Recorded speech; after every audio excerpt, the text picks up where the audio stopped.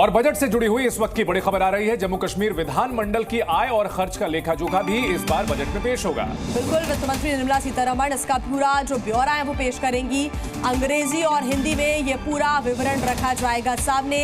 बड़ी खबर इस वक्त हम आपको बता रहे हैं, जो काउंटडाउन है वो शुरू हो चुका है। कुछ ही मिनटों के बाद बजट आपके सामने होगा। 11 बजे बजट पेश किया जाएगा और इस वक्त ये बड़ी खबर, जम्मू कश्मीर विधानमंडल की आय और खर्च का भी लेखा जोखा आज पेश किया जाएगा।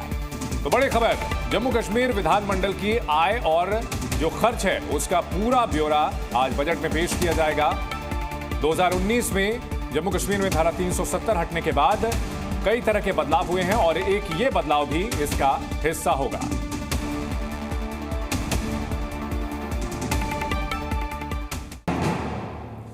नीट यूजी पेपर लीक मामले में सुप्रीम कोर्ट में आज फिर से सुनवाई होगी। सुप्रीम कोर्ट ने आईआईटी दिल्ली के निदेशक को एक प्रश्न को लेकर नीट यूजी 2024 के लिए 3 विशेषज्ञों की टीम गठित करने और सही उत्तरों पर रिपोर्ट सौंपने को कहा है।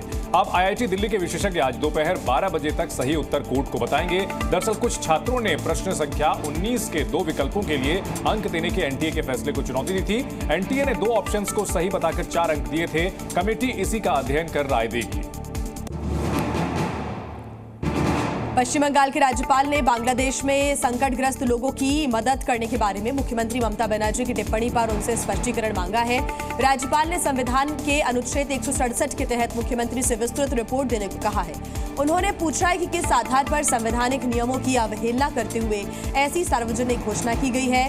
राज्यपाल ने यह भी जानने की कोशिश की है कि क्या भारत सरकार की मंजूरी के बिना ही इस दिशा में कोई कार्रवाई की जा रही है। राजभवन ने यह भी सवाल उठाया कि अवैध घुसपैठ रोकने के लिए आखिर क्या कदम उठाए गए हैं। काशी के ज्ञानवापी परिसर में व्यास जी के तहखाने में मौजूद देवी देवताओं की पूजा के मामले में सुप्रीम कोर्ट आज सुनवाई करेगा। इस मामले में अंजुमन इंतजामिया मस्जिद कमेटी ने वाराणसी कोर्ट के आदेश के खिलाफ याचिका दायर की है। वाराणसी कोर्ट ने व्यास जी के तहखाने में पूजा अर्चना करने की मंजूरी दी थी, जिसके खिलाफ अंजुमन इंतजामिया मसाजिद कमेटी ने हाईकोर्ट में याचिका दायर की थी। हालांकि हाईकोर्ट ने जिला अदालत के फैसले पर रोक से इनकार कर दिया था। केरल में ये निपाह वायरस से 14 साल के लड़के की रविवार को मौत हो जाने के बाद राज्य सरकार अलर्ट मोड पर आ गई है। मृतक बच्चे में निपाह के सोर्स का पता लगाने की प्रक्रिया भी शुरू कर दी गई है। केरल की मदद के लिए जो केंद्रीय टीम का गठन किया गया है उसमें आईसीएमआर के 4 वैज्ञानिक और 2 तकनीकी विशेषज्ञ शामिल हैं। स्वास्थ्य विभाग ने रविवार को महामारी के केंद्र पांडिक्कड़ समेत 2 पंचायत में 307 घरों में सर्वेक्षण किया। इसमें बुखार के 18 मामले सामने आए, जबकि अन्नकयम पंचायत में 310 घरों में किए गए सर्वेक्षण के दौरान बुखार के 10 मामले सामने आए। हालांकि अभी और किसी के निपाह से संक्रमित होने की जानकारी नहीं है।